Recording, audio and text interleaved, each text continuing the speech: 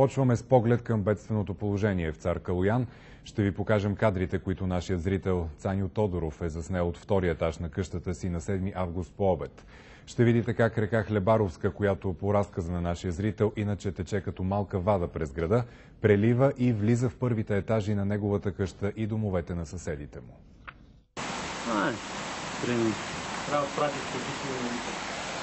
Гълдата идва вече и у нас. И след малко почваме като мишоци да бягаем нагоре.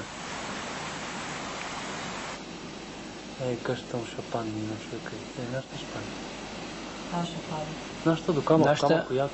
Нашата камък дет якама и такос. Направо потоп направо.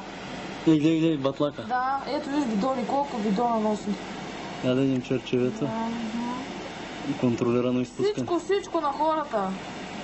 Тук намерихме, като беше спряла една голяма туба с 10 литра ракия. Смея да. Се беше спряла тук.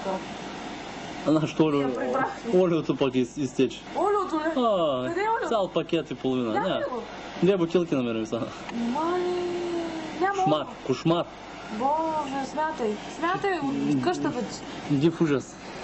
Поне още 2 метра. Не съм виждала през живота си. 2,83 Пак си сигурна и ти никога не си виждал.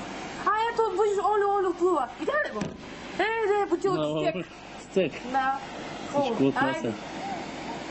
Ето, водата вече пада. Потоп. Дали ще оцелеем, въпрос Не се знае. на време. Не се знае.